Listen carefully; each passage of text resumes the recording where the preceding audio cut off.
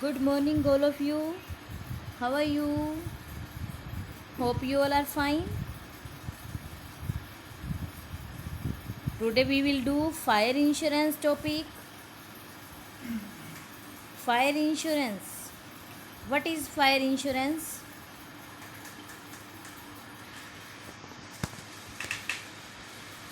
जब losses damages fire की वजह से होते हैं तो उससे जो हमको प्रोटेक्ट करता है, जो लॉस होता है उसकी सिक्योरिटी जो है इंश्योरेंस कंपनी प्रोवाइड करती है, वो हम फायर इंश्योरेंस उसको कहते हैं.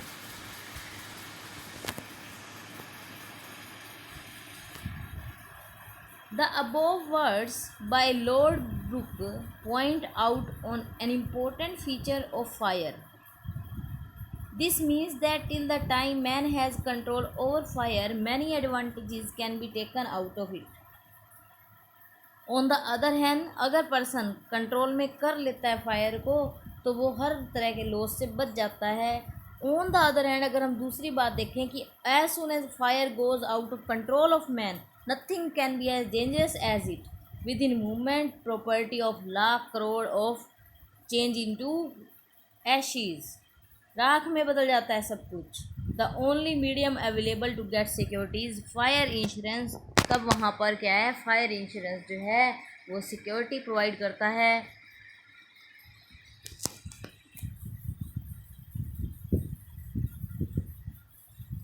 What is the meaning of fire insurance?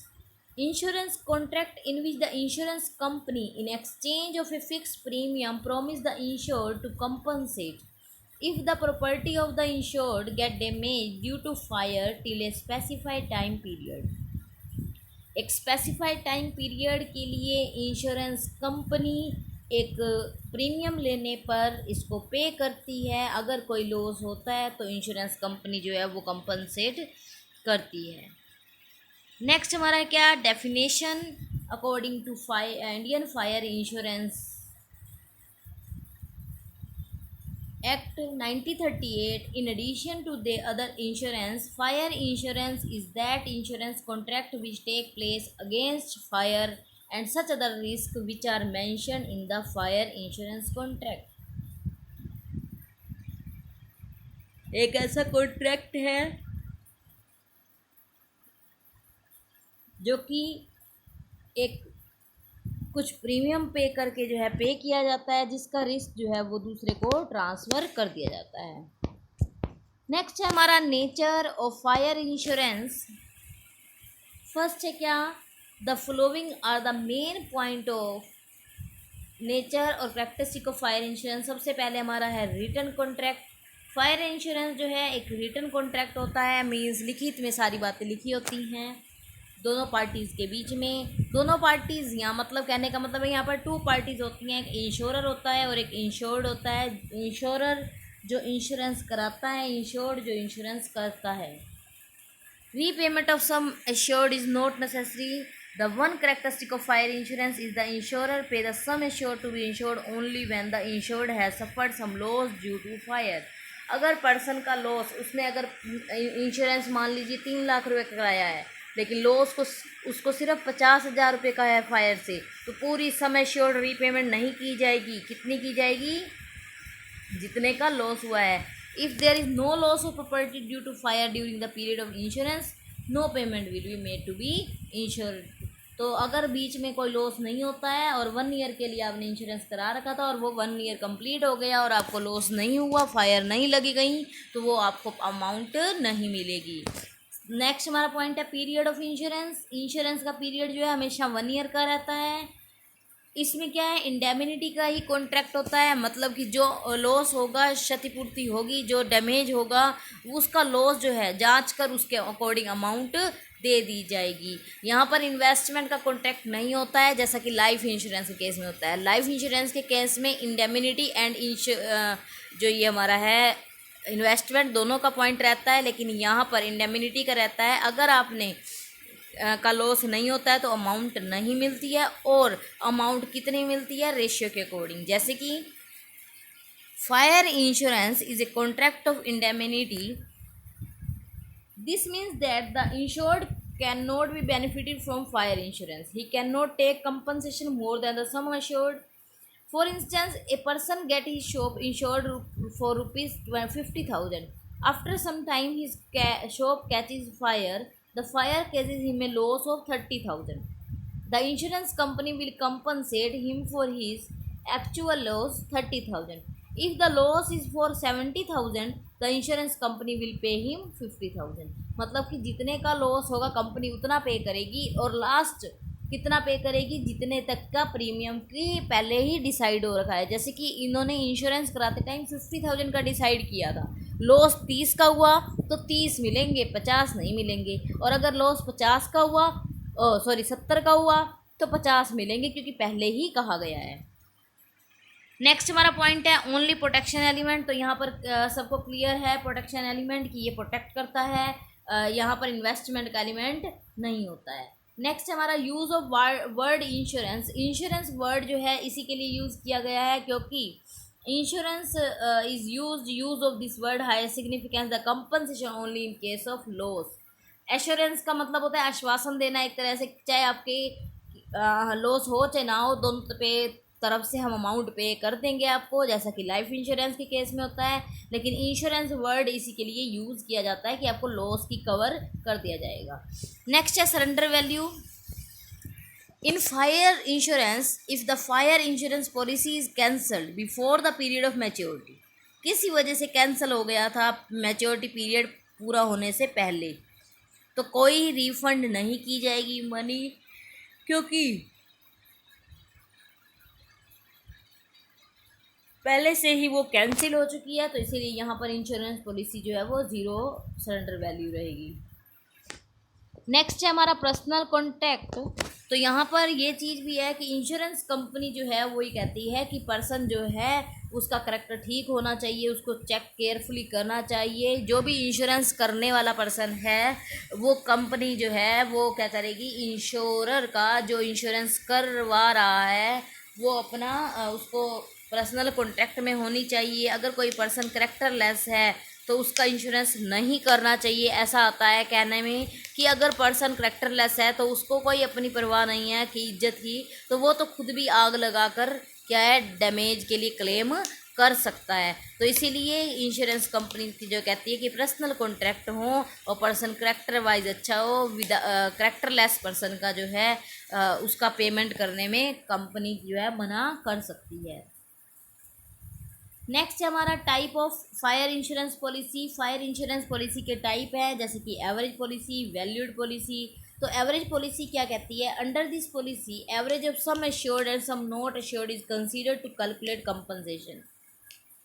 कोई प्रॉपर्टी है आपकी 60,000 रुपये की, आपने उसमें 40,000 रुपये का ही इंश्योरेंस कराया, 20,000 का नहीं कराया, तो लॉस होते टाइम भी आपको इसी तरह से कवर किया जाएगा, इसी तरह से पे किया जाएगा. फॉर एग्ज़ाम्पल, अगर आपने 60,000 की प्रॉपर्टी का 40,000 का इंश्योरेंस कराया है तो कंपनी ये मानती है कि 60,000 में से 40,000 मतलब कि 2:1 के रेशियो में आप इंश्योरेंस करा रहे हैं, 2 रेशियो वो इंश्योरेंस करा रहे हैं, 1 रेशियो जो है वो आप खुद अपने आप उसका इंश्योरेंस कर रहे हैं, एक तरह से अपनी तरफ से सेफ मान रहे हैं उसको. तो पे करते टाइम भी अगर लॉस होता है तो इसी 2:1 रेशियो में किया जाएगा. तो अगर यहाँ पर आपका लॉस 30,000 हो जाता है तो कंपनी कितना पे करेगी, 2:1 रेशियो में 30,000 का 2/3 करेंगे तो 20,000 आ जाएगा, इस टाइप से. नेक्स्ट हमारा है क्या, वैल्यूड पॉलिसी. वैल्यूड पॉलिसी आप देख सकते हैं क्या कहती है, for such product whose value can not be decided at the time of the incurrence of loss. अब देखो कोई चीज़ें ऐसी होती हैं जिसका हम शुरुआत में लॉस जो है नहीं बता सकते, उसमें कितने रुपए की चीज़ें जो है पड़ी हैं या हमने कितने रुपए का इंश्योरेंस कराया है. जैसे कि हमने पूरे गोदाम का करा दिया जिसमें आपके हीरे जवाहरात या कुछ ऐसा रहता है, तो इस टाइप की जब इंश्योरेंस कंपनी जब इंश्योरेंस करती है तो वहाँ पर आपकी फ़िक्स अमाउंट नहीं होती है. तो उस टाइम पर लॉस के टाइम पर इंश्योरेंस कंपनी और इंश्योरर दोनों मिलकर लॉस का अंदाज़ा लगाते हैं और उसके आधार पर, उसके बेस पर जो है ये पे किया जाता है। नेक्स्ट है हमारा स्पेसिफाइड पॉलिसी। स्पेसिफाइड पॉलिसी ऐसी पॉलिसी जो कि स्पेसिफाई है कि जो पीछे हमारी जो थी, कौन सी थी वो पॉलिसी, एवरेज पॉलिसी, उसके को कवर नहीं करती, अपोजिट है उसके। एवरेज पॉलिसी में क्या किया था, जो गुड्स आपने अगर इंश्योरेंस आधे रेट पे कराई थी, मींस रेशियो में कराई थी, तो वो चीज़ जो है सिर्फ उतने को कवर करती है। लेकिन यहाँ पर अगर आपकी प्रॉपर्टी 30,000 की है तो आपने इंश्योरेंस जो है 20,000 का कराया है, तो आपका लॉस अगर 15,000 हुआ है तो पूरे 15,000 ही आपको मिलेंगे। अगर मैं वही एग्जांपल पीछे वाला दूं तो हमारी प्रॉपर्टी 60,000 की थी, हमने 40,000 का इंश्योरेंस कराया था, 20,000 का नहीं कराया था। तो इस केस में चाहे इंश्योरेंस 40 का कराया है, लेकिन अगर आपका लॉस जितना भी हुआ है 30,000 का हुआ है, तो वो 30,000 पूरा का पूरा कंपनी पे करेगी, वहाँ पर एवरेज नहीं किया जाएगा। तो इसीलिए इसका नेम जो है वो क्या है, स्पेसिफाइड पॉलिसी। मतलब कि जितना कंपनसेट होता है पॉलिसी की अमाउंट तक, वो लॉस होता है वो कंपनसेट कंपनी करेगी। अगर आपका इंश्योरेंस 60,000 का कराया है, तो अगर आपको लॉस 40,000 के, 50,000 के, 10,000 के, जितने के भी हुए हैं वो सारे पे करेगी।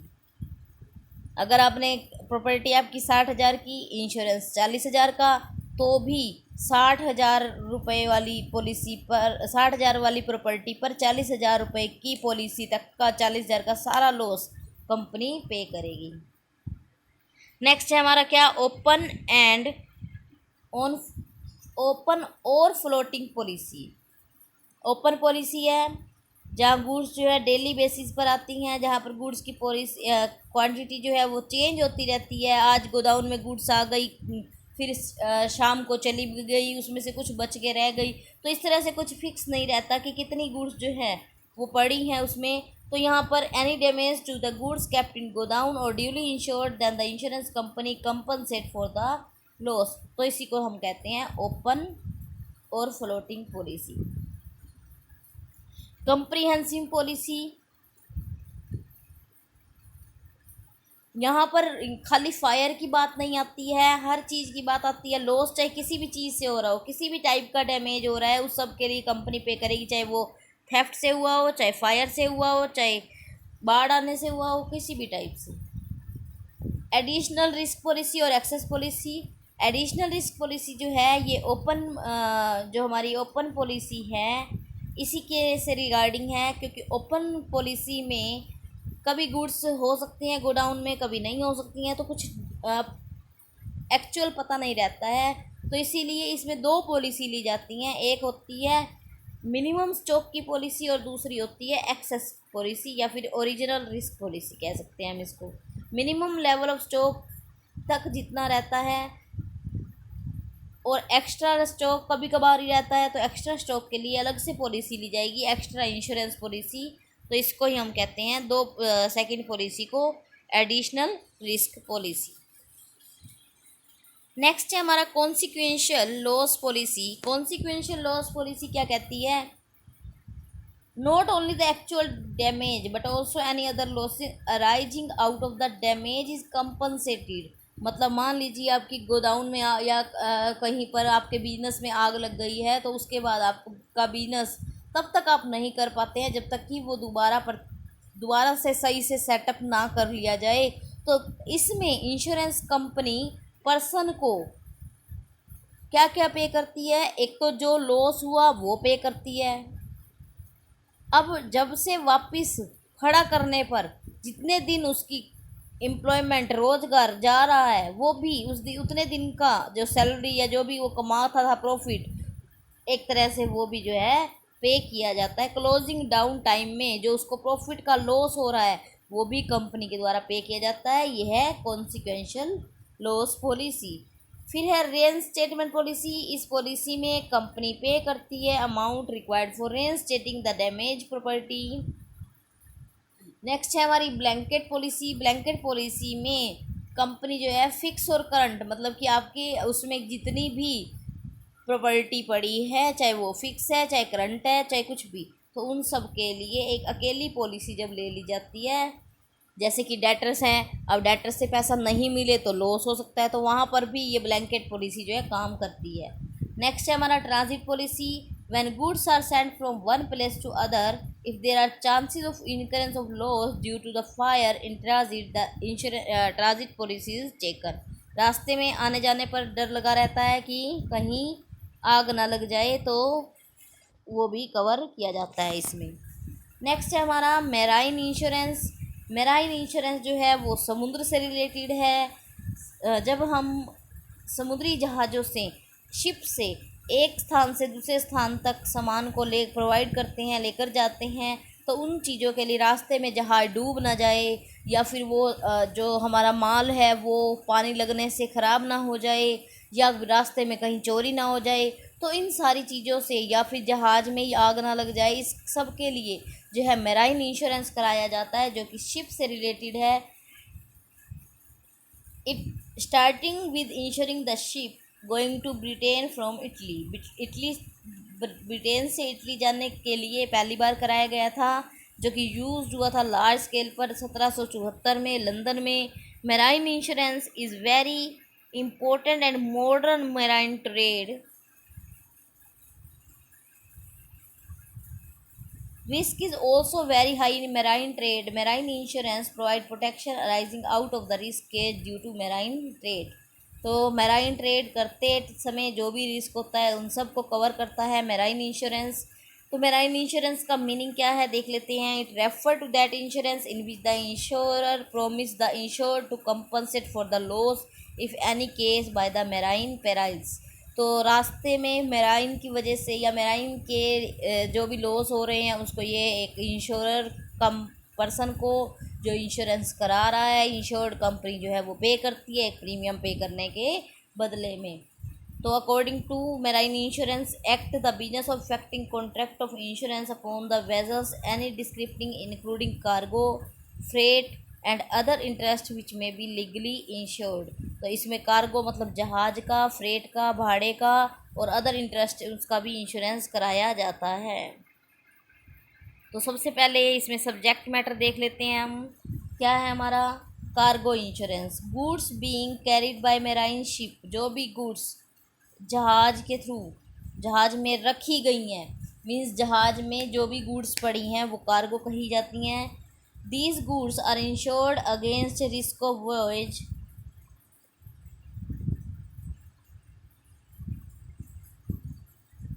risk arising out of voyage include war, fire, theft, forfeiture of goods by enemy. Marine insurance can be taken by adding some profit to the cost of goods in case of damage. The insurance company compensate for both the cost and the profit added to the cost of goods. तो cargo में हम जो है यहाँ पर जो भी goods जहाज में रखी गई हैं वो चाहे आग से जलें या डूब जाएं या कोई भी लॉस जो है हमको हो रहा है, तो उन सब को जो है कवर करता है ये।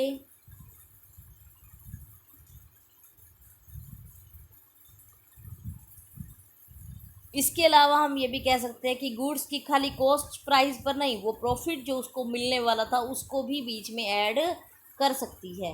नेक्स्ट है हमारा हल insurance.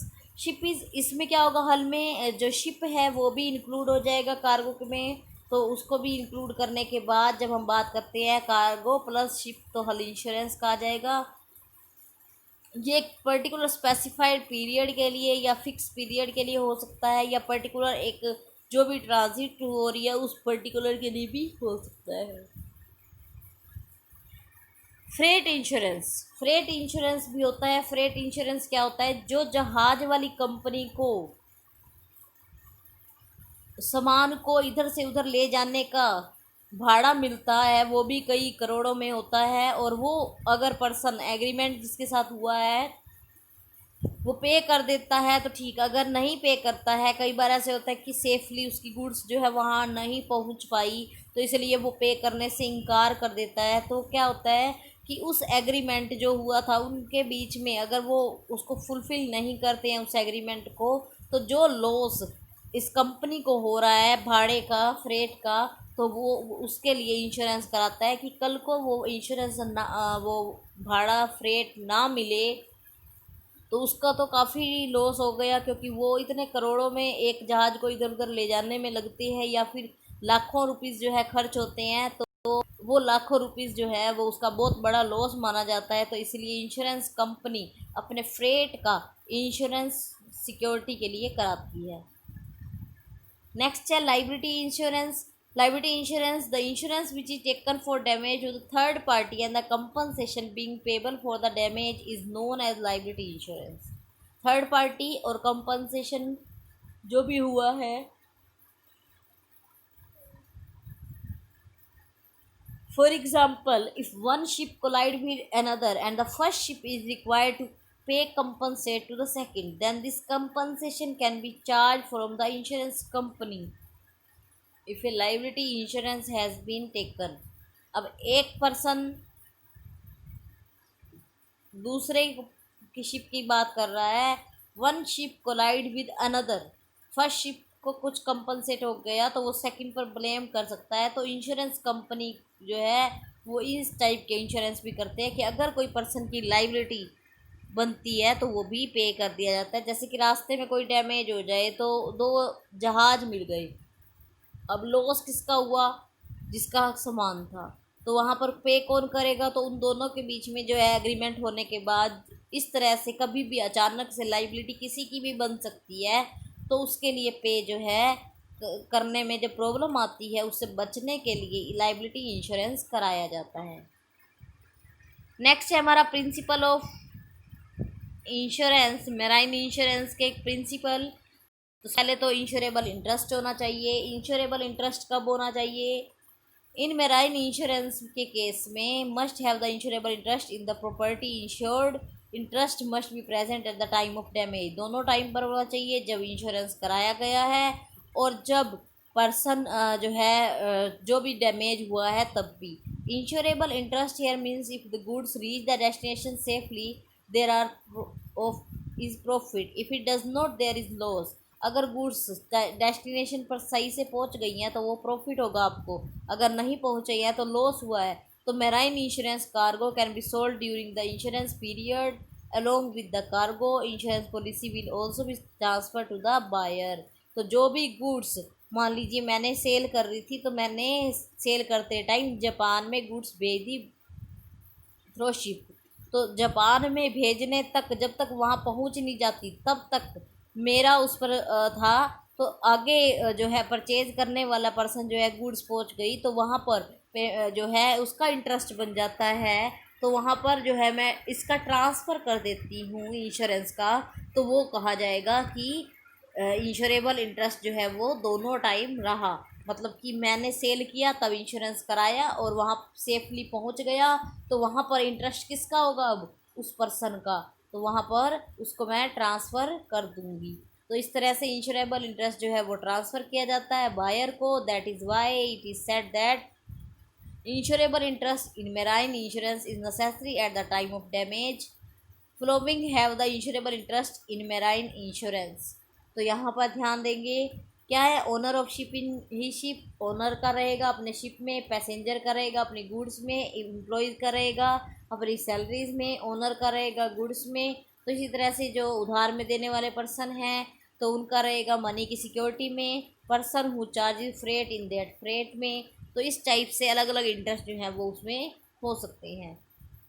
Principle of implied warranty. Implied warranty का मैंने आपको पहले ही बता चुकी हूँ, जब हमने पूरे इंश्योरेंस चैप्टर के प्रिंसिपल किए थे, जिसमें जो बातें ना कही गई हों, एक तो होता है एक्सप्रेस की गई थी, एक था इम्प्लाइड थी। एक्सप्रेस जो स्पेशली क्लियर की गई हैं वो तो होती ही हैं लागू, लेकिन कुछ ऐसी बातें भी हैं जो नहीं करनी चाहिए, तो वो जो है आप क्लियरली उसको फॉलो करेंगे। इम्प्लाइड वारंटी का कंसेप्ट भी इसमें आता है कि अगर आपने उसको फॉलो नहीं किया तो आपको अमाउंट जो है इंश्योरेंस कंपनी से नहीं मिलेगी। जैसे कि वर्थनेस ऑफ शिप। शिप की वर्थनेस के लिए आप देखेंगे कि ship should not have any type of problem which can certain the possibility of damage the insured property on the ship.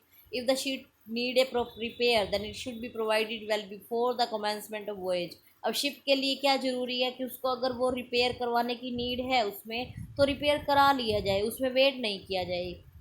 अगर पर्सन बिना रिपेयर कराए ही शिप को समुद्र में लेकर चला जाता है, तो क्या होगा कि वहाँ उसको लॉस हो सकता है, तो ये पहले ही पता है। तो इसलिए ऐसे काम नहीं करने चाहिए जो कि बिना कहे भी समझ में आ रहे हैं। नेक्स्ट है हमारा no deviation of ship. Ship के कुछ रूट होते हैं, फिक्स किए होते हैं कुछ पोल की सहायता से। तो जो पोल से के अकॉर्डिंग जो है फिक्स रूट बनाए जाते हैं। तो यहाँ पर ये अपन को ध्यान देना होगा कि वो उस फिक्स रूट पर ही जो है चलाए उसे, ऐसा नहीं करे कि जो फिक्स रूट नहीं है। If it is required for safety for the insured goods, goods की सेफ्टी के लिए ज़रूरी है कि उसको उसी रास्ते से लेकर जाए जो उसका पहले से फिक्स है। और saving of the lives of the ship, ship पर जितने पर्सन हैं उनकी लाइफ बचाने के लिए, और साथ ही साथ शिप पर भी कंट्रोल करने के लिए। तो इस तरह से पर्सन जो है, अगर अगर कोई पर्सन मेडिकल उसकी ज़रूरत हो रही है उसको एड की, तो वो भी प्रोवाइड की जाए। तो ऐसा उसमें बंदोबस्त किया जाना चाहिए। नेक्स्ट है legality of venture. If this contract the insurance company is bound to pay compensation only when the objective voice is legal. For instance, if any tax is being evaded on the good damage, the insurance company will not be liable to pay any compensation। तो यहाँ पर ये भी है कि जो भी contract किया जाता है इंश्योरेंस कंपनी के द्वारा, वो लीगल होना चाहिए, मतलब कि एक नंबर में होना चाहिए। अगर हम इजीली वर्ड में सुन समझें तो, कि ऐसा नहीं हो कि कोई टैक्स की चोरी करके या फिर टैक्स पे ना करता हो और ऐसी गुड्स डैमेज हो गई हो उस पर्सन की, तो उसको जो है इंश्योरेंस कंपनी कंपनसेट पे नहीं करेगी, क्योंकि पहले वो लीगली वेंचर को ही पे करती है।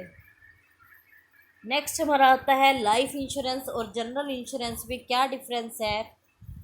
तो लाइफ इंश्योरेंस में तो इंडेमिनिटी के साथ साथ इन्वेस्टमेंट का भी पॉइंट रहता है, और लाइफ इंश्योरेंस जो है वो पर्सन की लाइफ वापस नहीं ला सकती।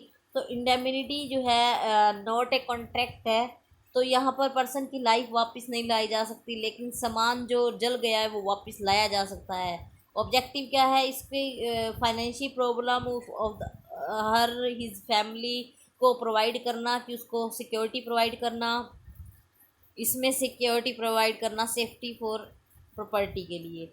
नेक्स्ट हमारा है लिमिट ऑफ अमाउंट। इसमें कोई लिमिट नहीं रहती है, लेकिन इसमें जो है एक लिमिट होती है।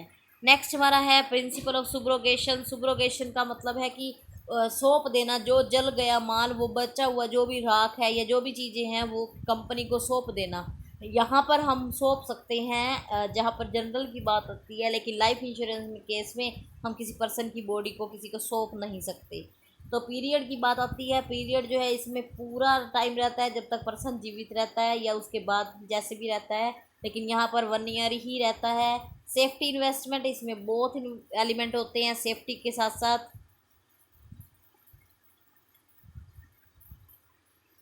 यहाँ पर्सन की सेफ्टी के साथ साथ उसका इन्वेस्टमेंट का पॉइंट भी रहता है।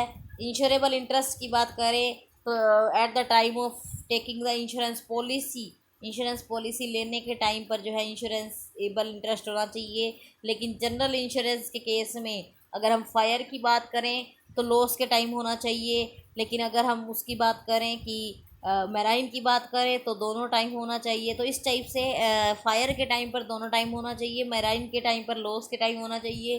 तो ये कुछ पॉइंट्स हैं जो कि बात बनती है उन पर। नेक्स्ट पॉइंट हमारा है मोरल रिस्क। रिस्क जो है minimum here because no person would like to kill himself.